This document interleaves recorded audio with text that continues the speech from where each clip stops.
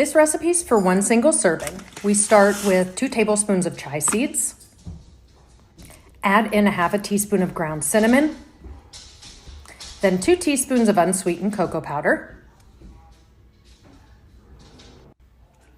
1/8 teaspoon of vanilla, and 1/3 cup of coconut milk. Mix it all up.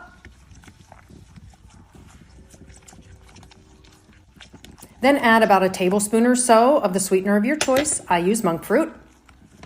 Mix it well. Then pour it into a container. I use mason jars. And refrigerate it overnight. We're making 3 ingredients simple barbecue chicken tenders. Salt and pepper makes it 5 ingredients, but sugma. Slice and dice, and then you're going to dredge in your favorite barbecue sauce and breadcrumbs. Then 375 in the oven for 15 minutes. After 15 minutes, take them out, dredge them in barbecue sauce for another 10 minutes in the oven, and then you'll be done. Immaculate. Today I'm going to show you how to make this pumpkin crisp that's way better than a pumpkin pie. Add some sugar and an egg into a bowl and mix it. Then add some heavy cream, pumpkin puree, vanilla extract, pumpkin spice, and mix it all together. Split the batter into 2 ramekins, and in another bowl combine flour, oatmeal, brown sugar, softened butter. Combine that together before you stir in the chopped pecans, and then add them on top of your pumpkin batter in chunks. Time to bake them in the oven and finish it with a scoop of ice cream. And enjoy! Let's cook some spicy peanut satay noodles. Start with some chunky peanut butter, a 1/3 cup of hot water, give it a nice mix, and then you're gonna add some rice vinegar, some sesame oil, some agave, some soy sauce, and then some sambal, and this delicious likumki chili oil. Give it a nice mix, and then you're gonna cook your wheat noodles, cook it through, and then toss it into that delicious sauce. Once it's all mixed, go ahead and top it off with some scallion. And this is optional, but you can top it off with another tablespoon of that likumki chili oil, some scallions, and peanuts. Enjoy. Pineapple bourbon glazed ham. First, we're going to inject this ham with some pineapple juice. You're going to hit it a lot everywhere, fill it up nicely, put it in the fridge for 12 hours, pull it, score it, and then go ahead and hit with some mustard and seasoning so it gets into that score when you cut the meat. Now, you're going to go ahead and smoke at 250, let it go untouched for about 2 hours, and then you're going to spritz every 30 to 45 minutes with pineapple juice. Once it hits about 140, you're going to make your sauce. That's bourbon, mustard, brown sugar, butter, some seasoning, and some pineapples chopped up. You can add pineapple juice too for a little bit of extra flavor. And then at 150, you're going to go ahead and glaze your ham. Let it roll until 165. That glaze is going to caramelize onto the meat and the crust, and it's going to add some tremendous flavor. As you can see there, it's nice and juicy. This ham was absolutely amazing. It was a fun cook. I hope you guys enjoy it. Slice it open. Today we're making some good old American goulash. Add 2 pounds of ground beef to a pot. Make sure you brown the meat and cut it all up. Then you're going to add a cup of onions, chopped up onions, mix well. Then you're going to add a spoon of paprika, 2 spoons of diced garlic, mix well. Then you're going to add a can of diced tomatoes, a can of tomato sauce, and a can of rotel. You can add peppers if you like, mix well. Then a cup of water, a cup of chicken broth, 2 spoons of soy sauce, and some bay leaves. Let it simmer, mix well. Cover it up.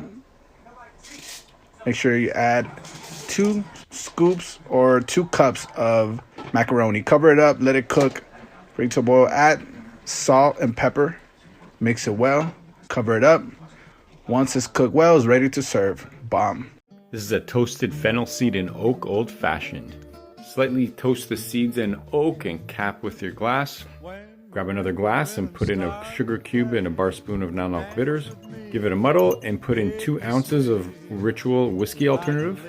Give it a stir, and we're going to transfer over to the toasted glass. Express an orange peel and rind the rim. That's a toasted fennel seed non-alcoholic old fashioned. Today I'm doing Thanksgiving turkey.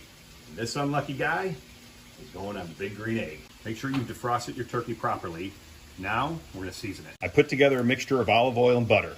Lather this everywhere, including, we're going to put some under the skin here. Make sure you get underneath. Before we flip to the other side, salt and pepper. Do the same thing to the back. Quarter up 2 onions. We're going to stuff this guy with the onions, a seasoning packet of rosemary, sage, and thyme, and an apple. Add onions, carrots, and celery to a foil pan. Fill halfway with chicken broth and water. We're gonna put the pan underneath the turkey. It's gonna catch the turkey juices and we're gonna use it for our gravy.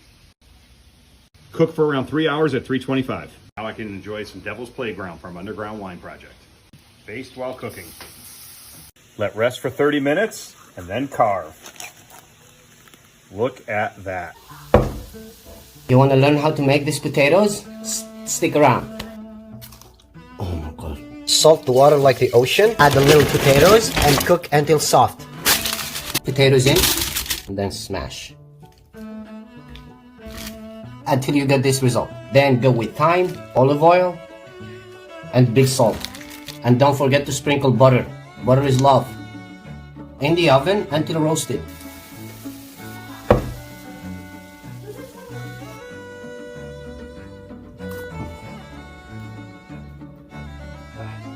We got the batter.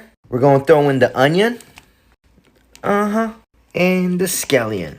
And lastly, 2/3 cup of kimchi.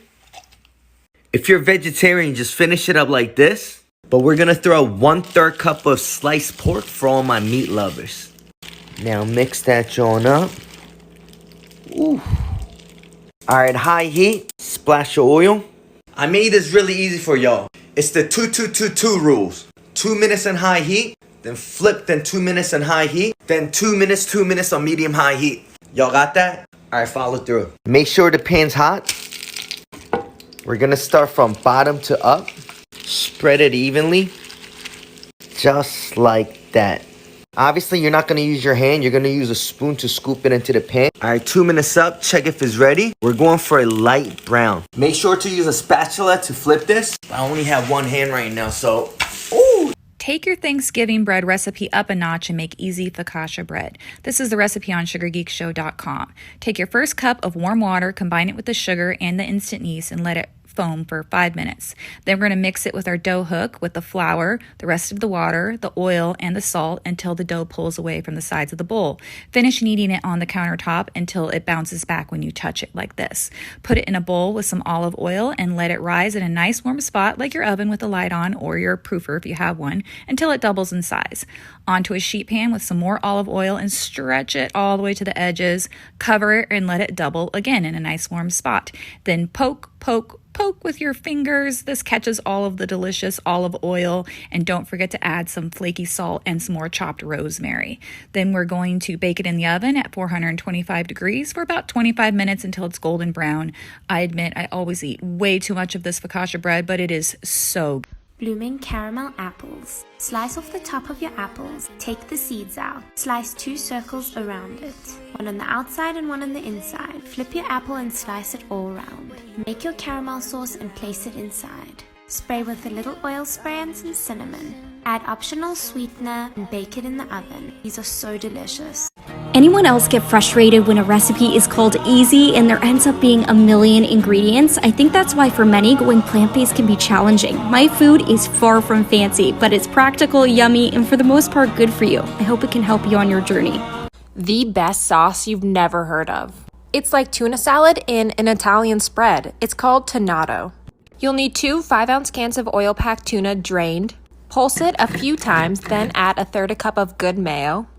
Pulse again until all the ingredients are creamy.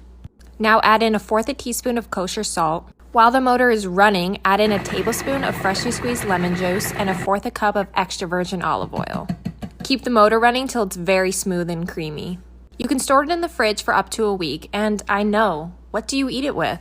Well, you can use it as a dip for crackers or veggies. Slather it on some bread or some sandwiches for a flavorful sauce. My favorite thing to do is eat it with salads and grilled veggies. It's so versatile. That's why this recipe is called fried corn or corn off the cob. You're going to want to fry some bacon and save the grease.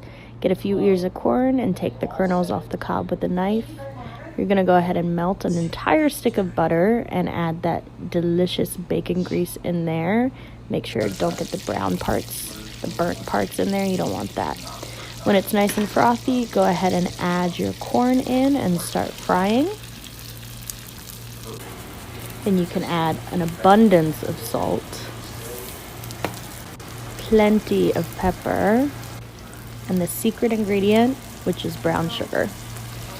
Once you've added it all, go ahead and let it fry for 20 minutes, and voila, Hey guys, welcome back to my channel. Today I'm making bacon egg bites. It's something that Matt and I make on the weekends because it's super easy, quick, and fun.